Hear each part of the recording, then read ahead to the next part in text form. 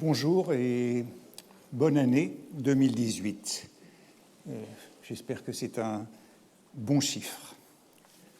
J'avais prévu, avant l'été, de poursuivre mon cours de l'année dernière, parce que j'avais le sentiment que la matière n'était pas du tout épuisée, qu'il restait beaucoup à faire et beaucoup à dire. C'est la première fois depuis que je suis ici que je poursuis un sujet une deuxième année. C'est un peu un défi. Vous vous souvenez peut-être, vous avez peut-être complètement oublié, depuis le dernier cours qui a eu lieu, je crois, au début d'avril dernier, vous avez peut-être oublié qu'il s'agissait de la littérature comme sport de combat, ou de ce que j'avais encore appelé les tropes de la guerre littéraire. Et j'avais donc donné, l'an dernier, 11 leçons sur la littérature considérée comme un art martial ou comme un sport de combat, expression qui venait de Pierre Bourdieu, qui a été très répandue ces derniers mois. Mais j'ai tout de même poursuivi avec le même titre. Il s'est agi donc l'an dernier de ce que Balzac appelait la guerre littéraire, souvent comparée à l'escrime, un peu plus tard à la boxe. Bon, c'est une très vieille histoire. Je m'y suis intéressé au XIXe siècle, mais elle remonte loin, comme cette image vous le rappelle. C'est la rhétorique qui porte une épée, selon une représentation tout à fait traditionnelle de cette allégorie qui est ici prise dans les noces de philologie et de Mercure de Marcianus Capella. Je vous rappelle que ce livre, c'est une encyclopédie, la somme de toutes les connaissances sous la forme d'un récit allégorique. Cela date du début du Ve siècle. Et dans un manuscrit, par exemple, dans un manuscrit du XVe siècle, qui se trouve à la bibliothèque Vaticane, pour illustrer ce livre 5 qui parle de la rhétorique, c'est dans le cadre du Trivium, eh bien, vous la voyez représentée avec ce glaive. Cela vous rappelle que je me consacre au XIXe siècle, mais qu'il s'agit d'une représentation très ancienne et tout à fait traditionnelle. C'est ce topos intitulé Arma et Literae. Je peux vous renvoyer ici au grand livre d'Ernst Robert Curtius sur la littérature européenne et le Moyen-Âge latin, où il s'intéresse à la persistance de cette métaphore de la plume et de l'épée à travers toute la littérature. Et c'est une équivalence qui se maintient donc longtemps après la fin de l'Ancien Régime. Ernst Robert Curtius, dans ce livre, montre comment il s'est agi d'abord d'un topos dans l'Antiquité rapprochant les armes et les sciences, fortitudo et sapientia, les muses et Mars, ars et Mars. Et puis que la variante de la Renaissance, celle dont nous avons un peu parlé l'an dernier, c'est celle des armes et des lettres plutôt que des armes et des sciences, et que de nombreux poètes faisaient le métier des armes. On l'a évoqué brièvement l'an dernier dans la Renaissance italienne, mais surtout, le grand moment, c'est celui du siècle d'or espagnol. C'est dans la littérature espagnole, rappelle Curtius, que ce thème arma y letras est le plus présent et que l'on trouve un peu partout la rime espada pluma. Mais, ajoute Curtius, et c'est pourquoi je voudrais me référer à lui au début de cette seconde année de cours, Curtius ajoute que la fortune de ce qu'il appelle un topos, mais qui est plutôt un thème, la fortune de ce thème est considérable dans la France du XXe siècle, du XIXe siècle. Le XIXe siècle est le grand moment de la diffusion de cette métaphore de la plume et de l'épée. Je cite Curtius, « Elle acquiert une nouvelle valeur pendant le romantisme français, sous l'influence de Napoléon, souverain à la grandeur antique. » Et Curtius rappelle que Balzac prenait comme devise que je crois avoir citée l'an dernier, « Ce qu'il a commencé par l'épée, Napoléon, je l'achèverai par la plume. » Et on se rappelle que Balzac avait un buste de Napoléon qui était accompagné de cette devise. Et Curtius cite également Vigny, auteur de Servitude et grandeur militaire, et passé de l'épée à la plume, écrivant à la fin de sa vie, dans L'Esprit pur, achevé peu avant sa mort, « J'ai mis sur le cimier doré du gentilhomme une plume de fer qui n'est pas sans beauté. » Et cette plume de fer symbolise bien ce passage de l'épée à la plume, ou encore de la gloire militaire à la gloire littéraire. C'est donc un grand moment que celui du XIXe siècle. On trouverait cette métaphore un peu partout chez Chateaubriand, mais voici un exemple, justement dans le volume intitulé « Polémique » des œuvres complètes qu'il a publié de son vivant lui-même. « Ce ne sont pas les baïonnettes de nos soldats, ce sont les plumes de nos révolutionnaires qui ont égorgé les prêtres. » Autrement dit, les prêtres ont été mis à mort non par les baïonnettes, mais par les discours.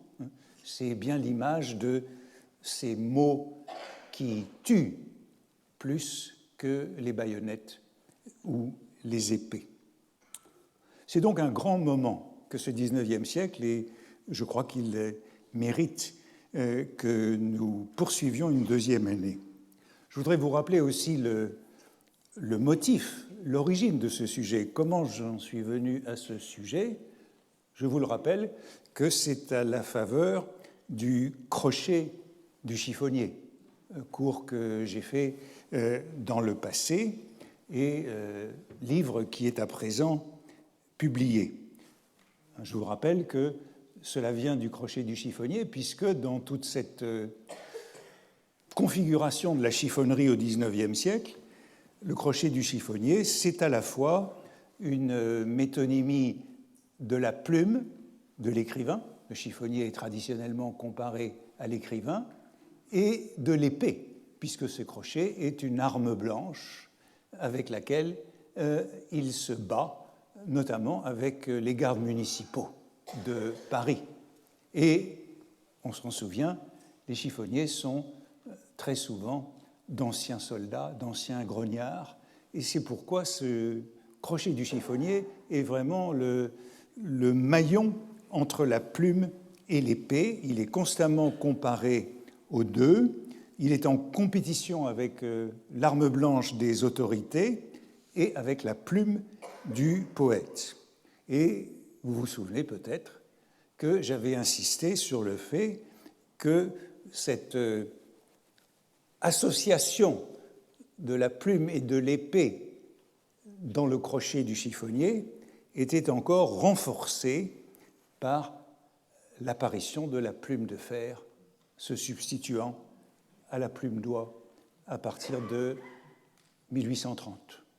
Et donc l'expression plume de fer, lorsque Vigny parle de cette plume de fer qui n'est pas sans beauté, elle est évidemment à double sens, puisque la plume de fer, c'est à la fois la métaphore traditionnelle de l'épée et la métaphore tout à fait ordinaire de la plume qui est désormais métallique.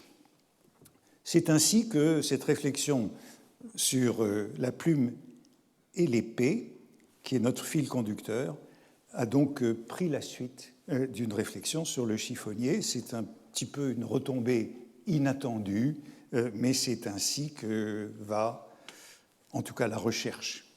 Mais l'une des conséquences, c'est que la réflexion porte sur le même moment. Le moment du chiffonnier, c'est aussi le moment de la plus grande vogue du stéréotype de la plume et de l'épée. C'est le plus grand moment des batailles littéraires, des polémiques d'écrivains, des duels, des morts violentes, des incarcérations. Et ce moment, je dis c'est le gros milieu du XIXe siècle, puisque c'est en gros celui de la Restauration, de la monarchie de Juillet et du Second Empire. Ce n'est pas celui du Premier Empire, puisque l'exercice de l'autorité oblitère toute cette polémique, et ce n'est pas non plus celui de la Troisième République, puisque celui de la Troisième République, peu à peu, mettra fin à toutes ces batailles littéraires. Bon, c'est une recherche qui est encore en cours. Je crois que c'est comme ça que nous devons travailler ici.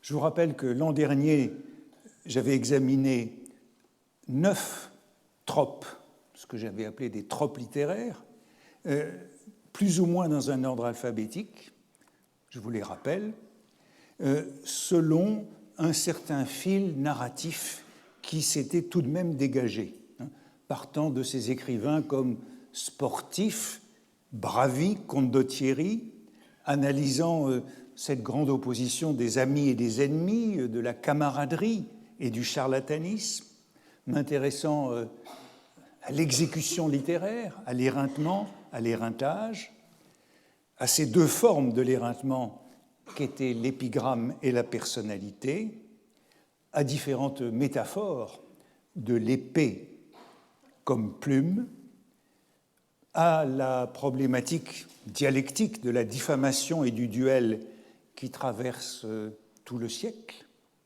Enfin, dans les 3 figures qui étaient une sorte de conclusion à ce que j'avais appelé les guerrières, pour faire une sorte de pendant tout de même, sinon d'équité, parce que je sais bien que ce sujet de la guerre littéraire est malheureusement un sujet très viril et peut-être excessivement machiste aujourd'hui. J'avais pensé qu'il fallait consacrer une figure à la présence des femmes dans ce combat littéraire et à leur montée en puissance peu à peu au cours du siècle. Et puis, il y avait eu 2 figures, je dirais, réconciliatrices, celle de la loyauté entre les adversaires, en reprenant un titre de René Char, et puis celle du repos du guerrier, autrement dit de la retraite et sinon de la pacification, du moins de ce que j'avais appelé l'otium carcéral, le loisir en prison, puisque tant d'écrivains y ont trouvé un moment de retraite et d'écriture au XIXe siècle. Alors c'était une liste assez arbitraire, mais il y avait aussi un parcours, un cheminement. Et bien sûr, cela laissait beaucoup de lacunes. J'avais beaucoup d'autres figures à traiter que j'avais énoncées dans les premiers cours. Mais je me suis trouvé bien embarrassé il y a quelques semaines quand je me suis demandé comment j'allais redémarrer après cette mi-temps pour continuer dans ces métaphores sportives. Il y avait beaucoup de figures en attente qui demandaient à être examinées, mais par malheur, avec les 2 ou 3 dernières figures de l'an dernier, j'avais tout de même ménagé une sorte de conclusion. J'avais traité, en quelque sorte, le début et la fin. Cette fin de partie avec les loyaux adversaires et le repos du guerrier. Comment revenir en arrière pour reprendre les tropes délaissées? c'est le problème du milieu. Les débuts de cours, c'est toujours très amusant. Les fins de cours aussi. C'est un peu comme les débuts et les fins de livres d'ailleurs, toujours plaisant. Le plus difficile, c'est toujours le milieu. Et le mieux quand on fait un livre ou quand on fait un cours, c'est lorsqu'on s'aperçoit que l'on est déjà arrivé à la fin et qu'on n'a pas traité le milieu, qu'il n'y a pas eu de milieu. Le milieu, c'est véritablement le défi. D'ailleurs, c'était l'un des reproches de Sainte-Beuve, dont il sera question en partie cette année, à Balzac. Et c'était déjà un grand cas de guerre littéraire. Sainte-Beuve disait de Balzac, de La peau de chagrin, « Le commencement en est vif, naturel, attachant,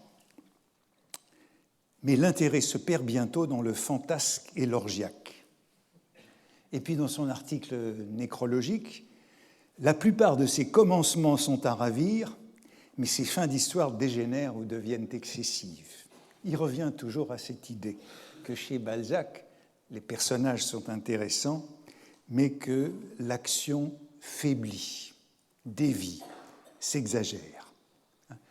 Vous voyez qu'avec Balzac, vu par Sainte-Beuve, ce n'est même pas la question du milieu. Après le début, ça se dégrade. Mais je crois que la question du milieu est encore plus dure à résoudre.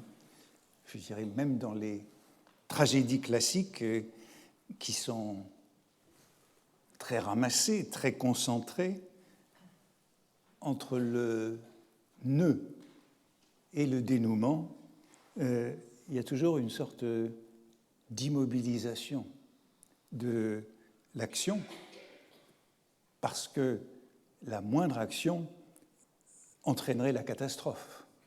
Donc il faut surtout retarder le temps. Voilà. Dans une tragédie, il faut retarder le temps parce que la fin, c'est la catastrophe. C'est un peu ce que nous faisons toujours.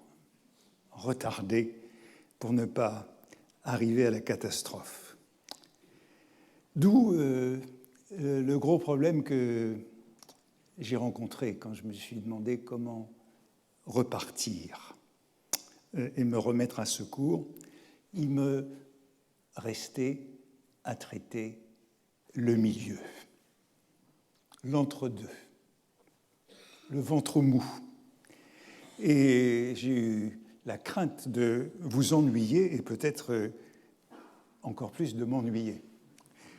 Et je me suis demandé comment faire pour reprendre, comment me tirer de cette impasse dans laquelle je m'étais mis en disant que je poursuivais ce cours une deuxième année. Et j'ai décidé de me rattraper avec la solution que j'avais employée dans Les Antimodernes, livre publié il y a un certain temps, où il y a deux parties. Une partie qui examine les tropes ou les figures qui définissent cette condition antimoderne, ce tempérament antimoderne, et dans une seconde partie du livre, les grands personnages, les grandes personnalités qui peuvent témoigner de ce tempérament. Donc personnalité, non pas au sens que j'avais exploité l'an dernier, où la personnalité, c'était l'attaque contre la personne au XIXe siècle, l'argument ad personam. Mais la personnalité, au sens plus contemporain, au fond, des grands hommes du combat littéraire au XIXe siècle. Et malheureusement, j'aurais du mal à y inclure d'autres genres que des hommes. Comme pour les antimodernes, eh bien, il y aura donc deux parties, et plutôt que de revenir à d'autres tropes qui seraient forcément moins cardinaux et de dérouler la liste, je voudrais m'intéresser à quelques grands athlètes de la plume et de l'épée, quelques grands soldats des lettres, grands combattants, décorés, médaillés. C'est une autre manière d'aborder l'affaire et je tenterai justement de raccrocher un trope à chacun de ces personnages, un de ces tropes du milieu, si vous voulez, que je ne voulais pas aborder au risque de vous ennuyer. Alors, quelles seraient ces grandes figures tutélaires, ces grands hommes de la guerre littéraire au XIXe siècle? Le premier, je pense que j'ai pu le citer à l'occasion de l'an dernier, mais je ne m'en souviens pas. Le premier sera évidemment Courrier, Paul-Louis Courrier, puisqu'il est celui qui a inventé le genre littéraire du pamphlet. Le pamphlet, en tout cas le terme, ne signifiait pas ce qu'il signifie pour nous aujourd'hui avant lui. Il est le pamphlétaire par excellence sous la Restauration, l'inventeur du genre, et autour de Fourier, il y a beaucoup de mythes et de légendes, puisque Fourier est décédé de mort violente, assassiné, ancien officier pamphlétaire assassiné. Le deuxième, eh bien, c'est un autre officier écrivain, c'est Armand Carrel, que j'ai sans doute dû aborder également, peut-être ai-je mentionné son nom l'année dernière, lieutenant et journaliste, comme Courrier était commandant, je crois, et journaliste. Armand Carrel, qui meurt, lui aussi, de mort violente, puisqu'il meurt en duel en 1836, et que ce duel est l'un des plus célèbres du XIXe siècle. C'est un duel entre deux journalistes, Armand Carrel, et donc rédacteur en chef du National républicain, journal républicain, et Émile de Girardin, le fondateur de la Presse, le journal à grand tirage et à grand format. Ce duel entre deux journalistes est probablement le duel le plus célèbre du XIXe siècle et il restera tout au long du siècle comme la référence de ces combats absurdes. Donc, il sera certainement le deuxième de ces personnages auxquels je m'intéresserai. Il y en aurait d'autres que j'énumère, mais sans savoir encore tout à fait qui je choisirai. J'aimerais bien parler de Latouche, Henri de Latouche. Je crois que je l'ai évoqué l'année dernière. On se souvient de lui surtout comme de l'auteur de Fragoletta. Sinon, il est assez négligé. Mais c'est un personnage central de la vie littéraire. Latouche est vraiment le fielleux, le teigneux de la littérature.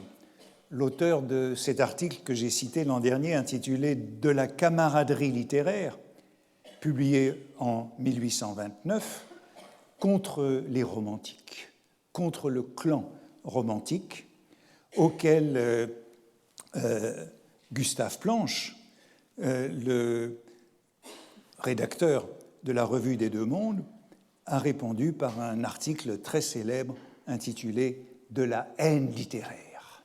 Camaraderie et haine. Voilà le contexte.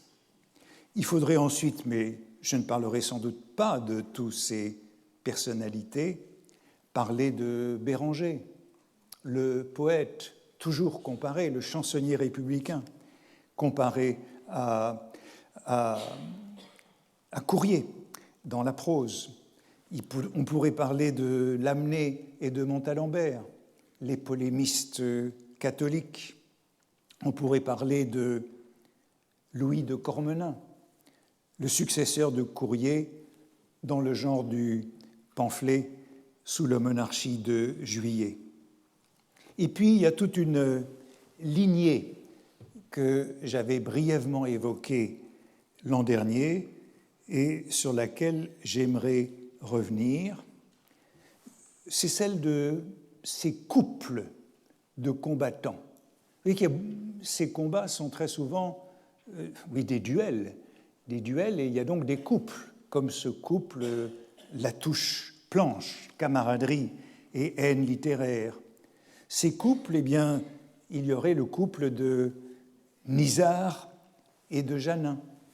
En 1834, la polémique sur la littérature facile. L'un qui l'attaque et l'autre qui défend la littérature nouvelle. Et puis, il y aurait ce couple de Janin et de Granier de Cassagnac, que j'ai évoqué parfois l'année dernière, mais sans jamais le traiter. Mais vous vous rappelez sans doute que Baudelaire les oppose comme la ligne droite et la ligne courbe. Granier de Cassagnac, c'est une métaphore qui vient de l'escrime. Granier de Cassagnac qui critique avec une ligne droite et Janin de manière détournée par ligne courbe. Il faudrait donc évoquer ce couple-là. Et puis, il y a un couple qu'il faudrait encore évoquer, c'est celui de Granier de Cassagnac et Veuillot.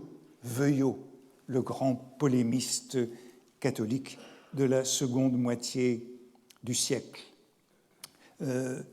Lorsque Goncourt, dans son journal, Edmond de Goncourt, évoque très souvent ce couple. Par exemple, il dit de ceci: « J'entends Sainte-Beuve crier sur Veuillot et Cassagnac, c'est que ces canailles-là croient à quelque chose. » Voilà donc ce qu'il faudrait traiter.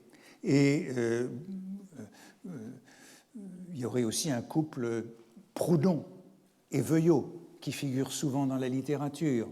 La violence de gauche et la violence de droite, si vous voulez.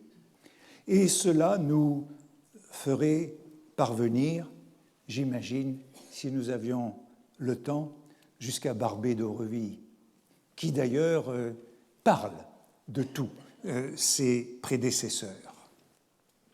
Or, lorsque je me suis mis à ébaucher cette petite liste des personnages que j'aimerais bien évoquer, sorte de tableau d'honneur des grands combattants des lettres dans ce cœur du XIXe siècle, j'ai soudain pris conscience que Sainte-Beuve était au milieu de cette toile, de ce réseau. Sainte-Beuve a écrit sur tous ces personnages. Et je dirais non pas parce qu'il a écrit sur tout le monde, mais parce qu'il consacre des pages importantes à tous ces écrivains combattants. À Courrier, un long article de 1852, à Carrel, un autre article de 1852, c'est un moment très intéressant, c'est entre le 2 décembre et c'est le moment de la présidence dictatoriale. À Janin, un long article de 1851, à Nisard, bien sûr, plusieurs articles, à Latouche, à Granier de Cassagnac, à Veuillot, long article de Sainte-Beuve sur Veuillot, et bien sûr à Barbé pour finir. Ils ont tous été portraiturés par Sainte-Beuve dans les portraits littéraires, les portraits contemporains ou les causeries du lundi. Enfin, je vous l'ai dit, j'aimerais bien parler de Sainte-Beuve et de Balzac, puisque c'est une sorte de modèle de la haine littéraire. La haine de Sainte-Beuve pour Hugo est plus intime, plus personnelle. Mais la haine pour Balzac fait qu'il y a là un très long règlement de compte. Et finalement, Sainte-Beuve règle son compte avec Balzac bien après la mort de Balzac. Voilà cette armée, cette petite armée ou cette escouade, cette constellation combattante, et je pourrais ajouter qu'ils ont écrit les uns sur les autres, puisque le premier grand texte sur courrier, c'est l'introduction de Carrel aux œuvres de Courrier, Essai sur la vie et les écrits de Courrier, en tête de ses œuvres complètes publiées après sa mort. Si l'on voulait encore élargir, vous l'avez compris, il faudrait commencer avec Chateaubriand, puisque tout le monde se réfère à Chateaubriand comme au grand polémiste, et il en sera question. Et peut-être faudrait-il poursuivre jusqu'à Blois, qui conclurait cette série. Mais je crois que je me concentrerai autour de quelques figures de Courrier à Barbé d'Aurevilly, avec Chateaubriand tout de même comme modèle des écrits polémiques, puisque Chateaubriand n'utilise jamais le terme de pamphlet.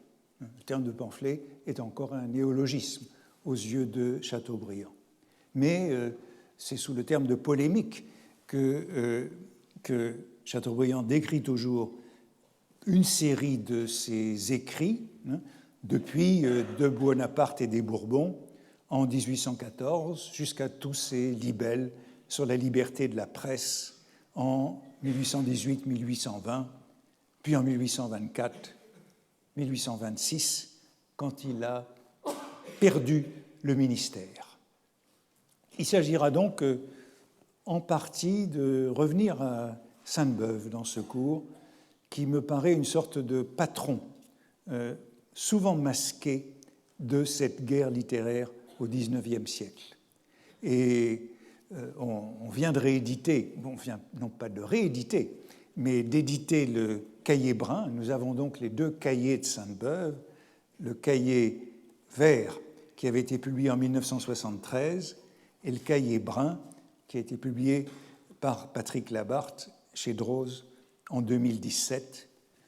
Dans ces cahiers, Sainte-Beuve écrit, donc c'est le réservoir de tout ce qu'il a à dire sur ces différents personnages, « Ceci est mon arsenal de vengeance. » Arsenal de vengeance. C'est un peu le thème central auquel je voudrais venir. Ce mot « vengeance » est partout dans ces textes. La littérature comme vengeance. Arsenal de vengeance. Il dit aussi, dans ce cahier vert, ce sont ici des couleurs à l'état de poison. Délayez un peu, vous avez des couleurs. Les poisons, c'est sous ce titre que certains de ces fragments seront publiés. Sainte-Beuve disait de ces écrivains qu'il analysait, chaque écrivain a son mot de prédilection qui revient fréquemment dans le discours et qui trahit par mégarde chez celui qui l'emploie un vœu secret ou un faible. On a remarqué que Madame de Staël prodiguait la vie, tel grand poète épanche sans relâche l'harmonie et les flots, Lamartine, tel autre à l'étroit dans cette civilisation étouffante ne peut s'empêcher de remonter à une scène héroïque et au monde des géants, Hugo. Un éloquent professeur de psychologie morale exprime volontiers par une plainte mélancolique l'insuffisance de cette contemplation familière, c'est Jouffroy.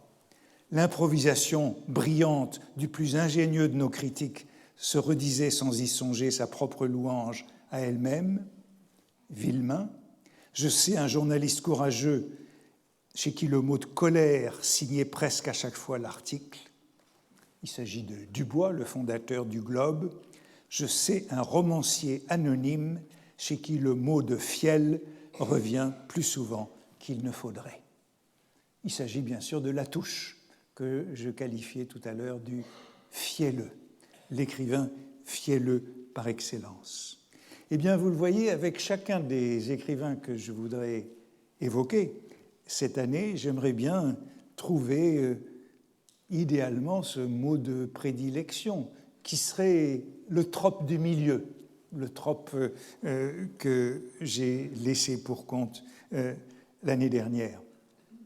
Sainte-Beuve écrivait encore « Chaque écrivain a son mot de prédilection, lequel, en revenant fréquemment dans le discours, peut servir à qualifier celui-même qui l'emploie. » C'était bien avant la critique thématique, mais on avait cette idée qu'on pouvait repérer une sorte de noyau chez un écrivain, une sorte de signature stylistique. Et c'est ainsi que Sainte-Beuve, je le disais, écrit tout un article sur Nisard.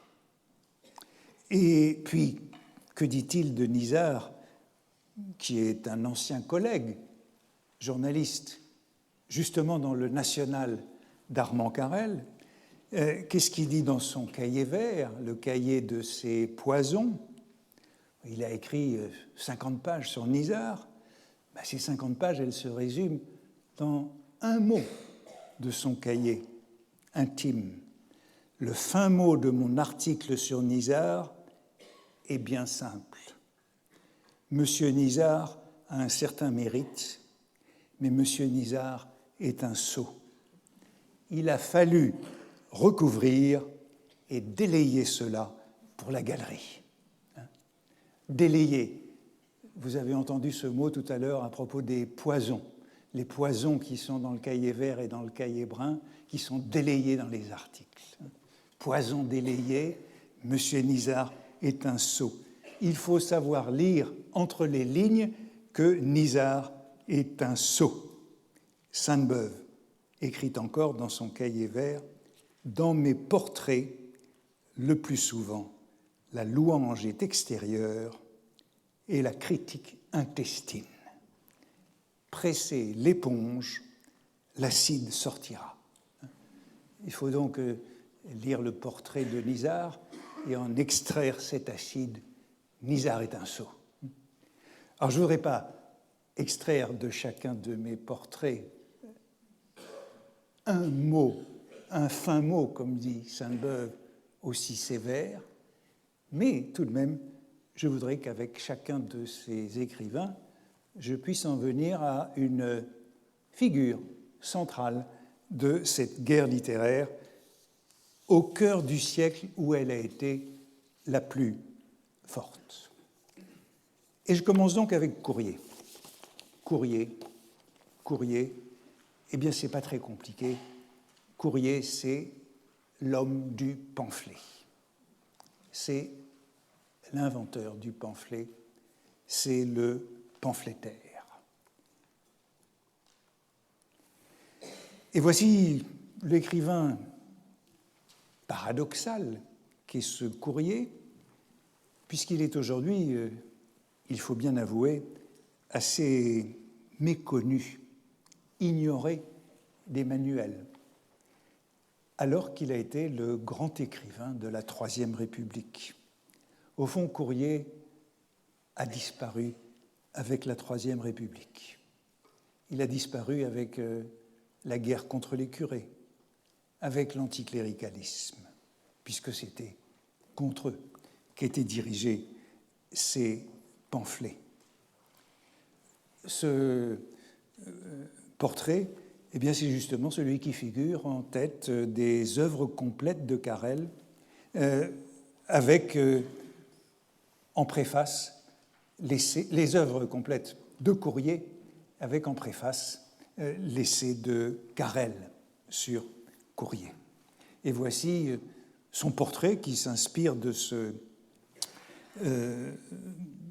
cette gravure, son portrait par Ary Scheffer, qui se trouve au musée de Versailles et qui date probablement d'après la mort de Courrier en 1825. Celui qui le qualifie d'homme du pamphlet, c'est Janin, dans son article sur le journaliste dans Les Français peints par eux-mêmes, où il énumère les genres du journalisme. Il est donc l'homme du pamphlet, et je dirais donc que pamphlétaire sera le fin mot. Ce n'est sans doute pas son mot de prédilection, parce que le mot de pamphlet, je vous le disais, le mot de pamphlet, c'est un néologisme, et que Courrier l'ignore. Ce sont ses accusateurs qui traitent ces textes de pamphlets et qui le qualifient de pamphlétaire, avant qu'il ne reprenne le terme dans son dernier pamphlet, le plus célèbre peut-être, intitulé en 1824 « Le pamphlet des pamphlets ». Et c'est ce mot, et c'est ce titre, « Le pamphlet des pamphlets », qui donne sa célébrité au mot dans le français contemporain. Courrier, c'est donc le maillon capital pour passer au sens moderne, qui est le nôtre, du mot pamphlet, pour le diffuser, pour le généraliser. Qui était Fourier? Je passe très vite là-dessus. Né en 1772, mort, assassiné en 1825, il est donc à peu près le contemporain de Chateaubriand et de Napoléon. Tout juste un peu plus jeune, et il entre bien dans cette génération de Chateaubriand et de Napoléon, un peu plus jeune que Stendhal. Il est officier d'artillerie de la Révolution et de l'Empire, et en même temps savant helléniste, officier helléniste, militaire helléniste, officier savant, traducteur de Xénophon, d'Hérodote, et ce qui l'a rendu le plus célèbre, éditeur et traducteur de Daphnis et Chloé, de Longus, après Amyot. Ça, c'est son activité sous l'Empire et la Révolution. Et puis, sous la Restauration, il est le propriétaire terrien, le pourfendeur de l'aristocratie et des curés. On dit parfois qu'il y a deux courriers, le courrier officier helléniste et le courrier propriétaire terrien, vigneron, comme il le revendique. Mais, me semble-t-il, on peut soutenir qu'il n'y en a qu'un, qu'il est toujours le grognard ou le grognon. Et il se présente dans ses pamphlets, non pas comme officier et comme propriétaire, mais comme canonnier. Il récuse toujours ce terme d'officier, et comme vigneron, au terme d'une médiocre carrière. On s'étonne que quelqu'un d'aussi qualifié ait pu faire une aussi médiocre carrière à travers les guerres de la Révolution et de l'Empire, mais c'est sans doute à cause de ce que Sainte-Beuve appelle son habitude d'indiscipline, qui fait qu'il est souvent mis aux arrêts en raison de sa lenteur à rejoindre ses affectations, ou en raison de ce que Carrel nomme pudiquement son philosophique éloignement des hauts grades. Il n'est jamais allé au-delà du grade de commandant d'artillerie, alors que tous ses contemporains étaient généraux, sinon maréchaux, qu'il continuait de fréquenter.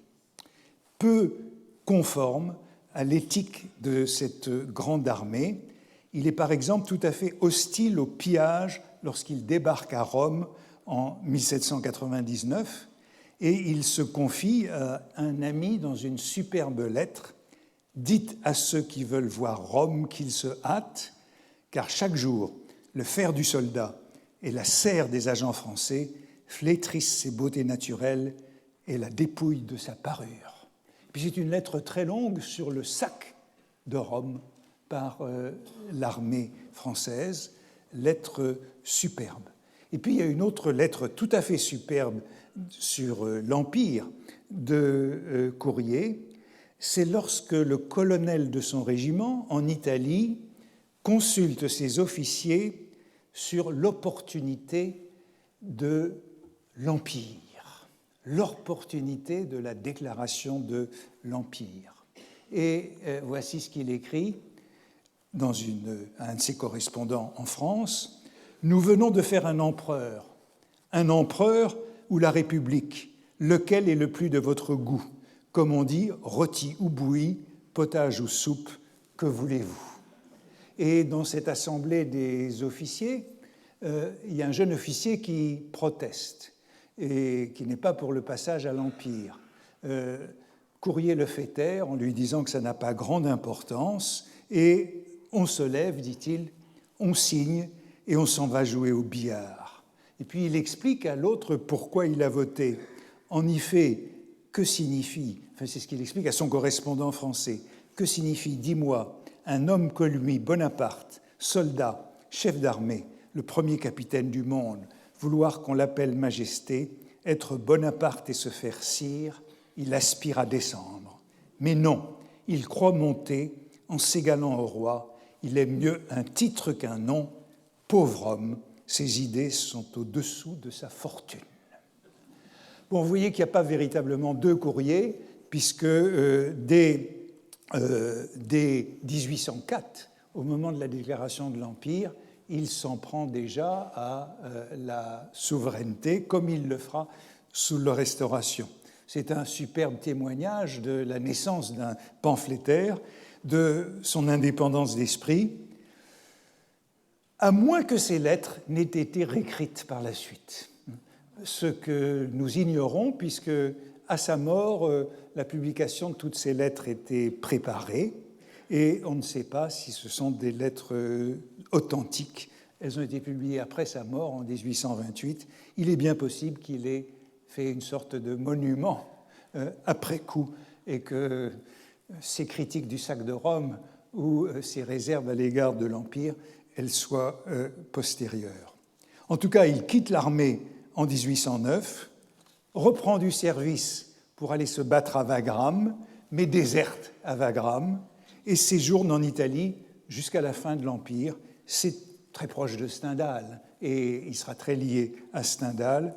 Il restera longtemps à Rome avant de revenir à Paris en 1814 et l'erreur de sa vie, vous allez comprendre plus tard, d'épouser une jeune fille, la fille de son maître en grec, professeur au Collège de France, Étienne Clavier, qui avait 23 ans de moins que lui.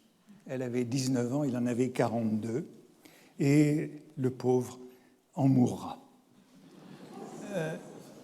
En tout cas, c'est le moment où, au début de la Restauration, il devient le pamphlétaire, le grand pamphlétaire de la Restauration. Voici ce que dit Sainte-Beuve.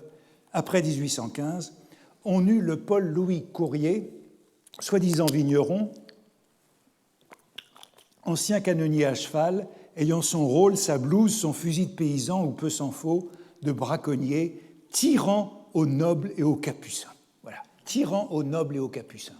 C'est toujours la guerre contre l'alliance du trône et de l'autel, à tout bout de champ, derrière la haie ou le buisson, ami du peuple et le louant, le flattant fort.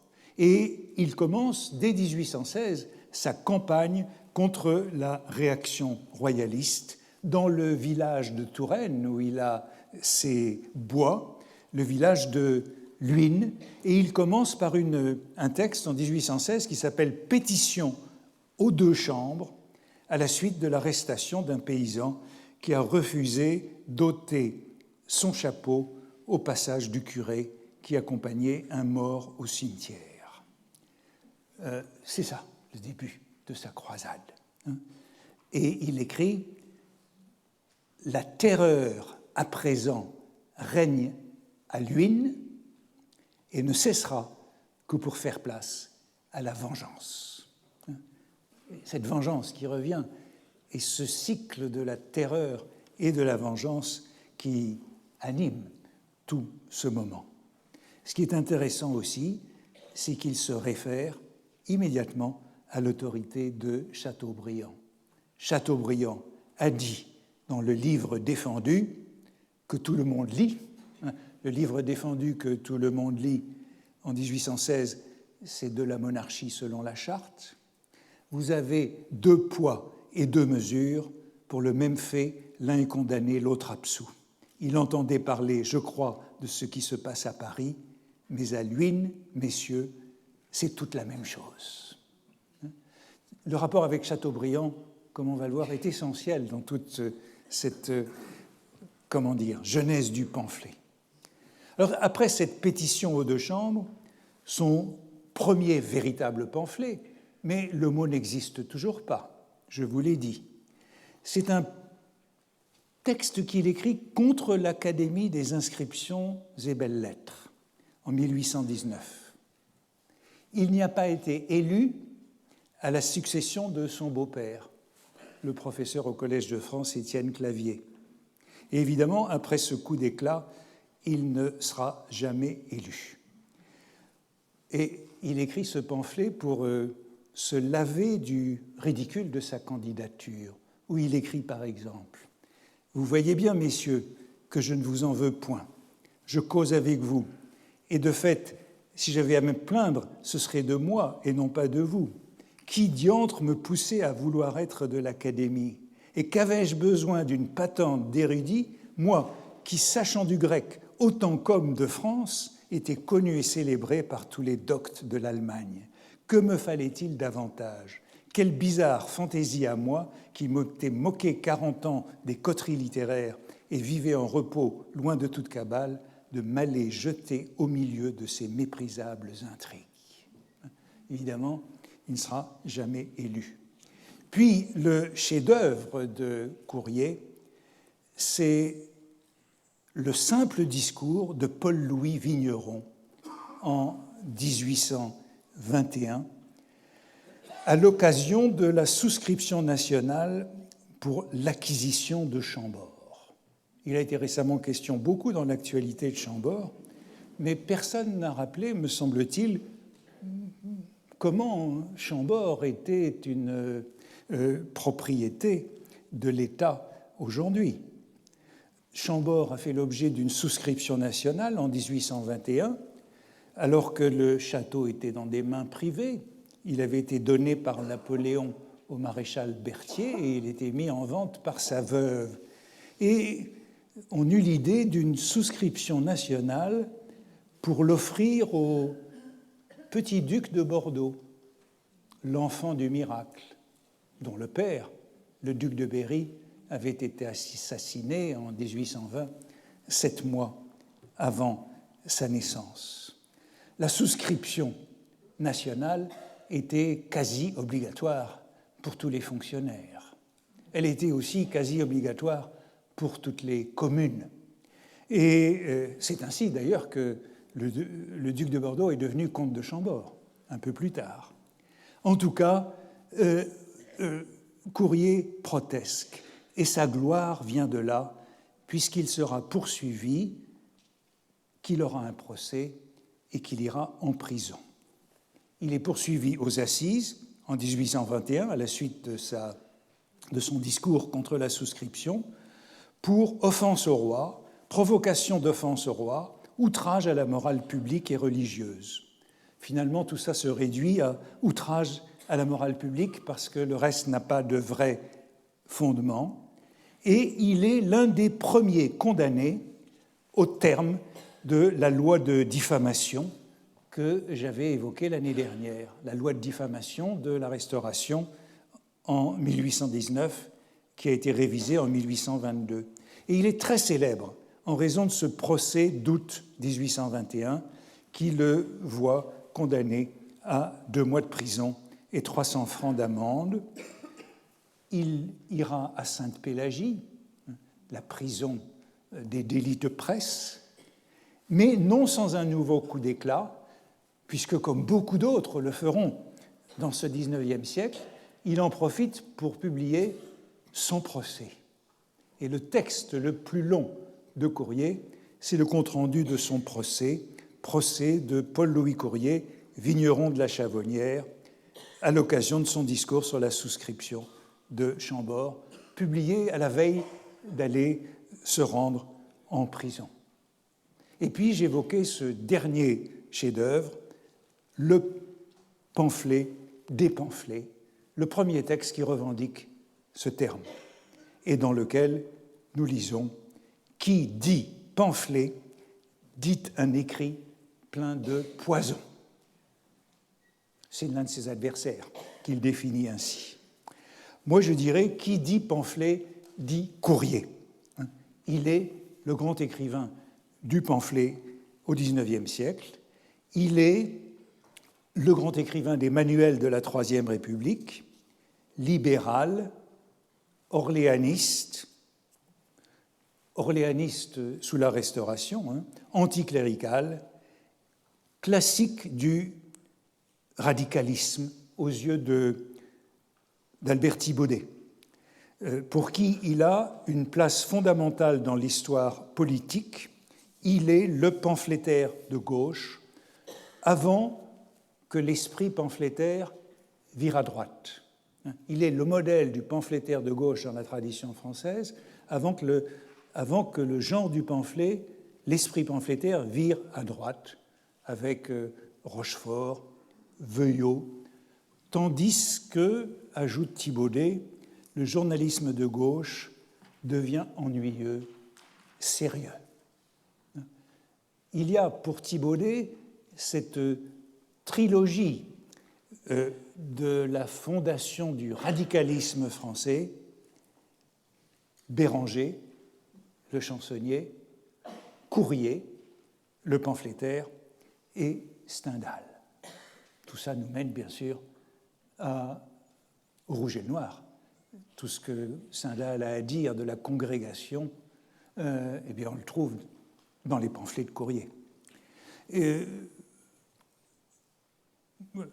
Thibaudet écrit dans son Histoire de la littérature française, publiée à la toute fin de la Troisième République, 1936, il y a une grande littérature de la contre-révolution, il y a une misérable littérature de la révolution officielle et déclamatoire, mais il y a, par Courrier, Béranger, Stendhal, une littérature vraie de la révolution réelle.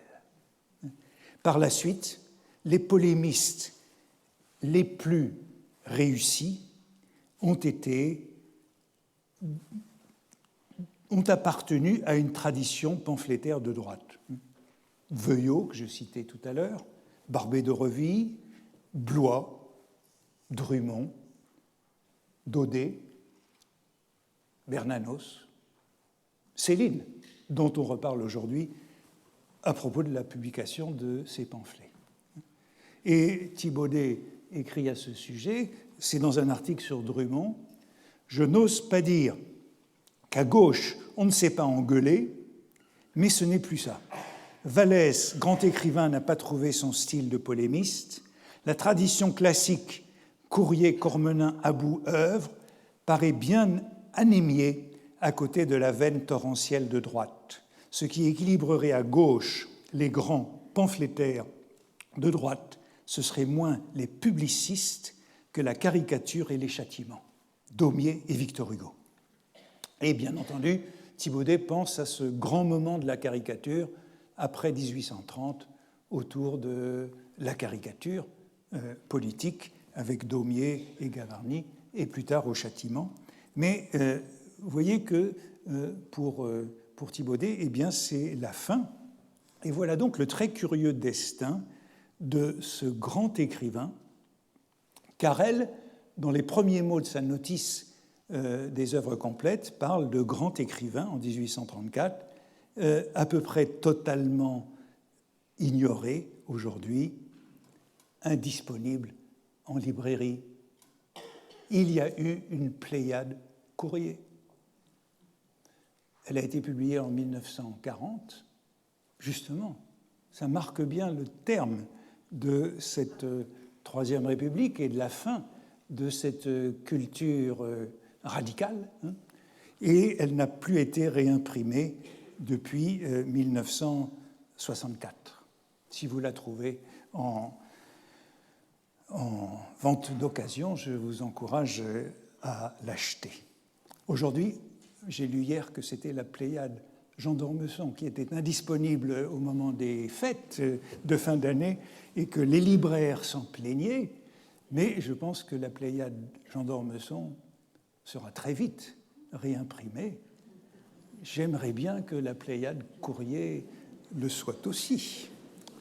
En tout cas, la fin de l'ère de Courrier, c'est bien la Troisième République, et puisqu'il faudra bientôt que je termine, eh bien voilà, je vous dis tout de même ce que vous pouvez trouver de Courrier aujourd'hui, une édition que Michel Crouzet avait faite pour les éditions Quimay en 2007, et une biographie de Courrier publiée en 2009, et le site des amis de Paul-Louis Courrier, où vous trouverez en vérité pratiquement toute son œuvre sous forme numérique.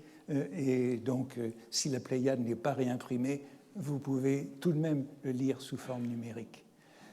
Mais voici Courrier, statue de Courrier à l'Hôtel de Ville de Paris en 1882, qui marque bien ce panthéon républicain auquel il appartient, puisque je vous rappelle que cet hôtel de ville a été reconstruit après la Commune et qui fait donc partie des saints patrons de la Troisième République. Eh bien, je crois qu'il faut que j'arrête là, puisque mon temps est passé, et je viendrai donc la semaine prochaine à cette genèse du pamphlet chez Courrier. Comment le mot de pamphlet est devenu ce qu'il est pour nous aujourd'hui, alors qu'il ne signifie pas du tout cela pour les hommes du début du XIXe siècle. Merci.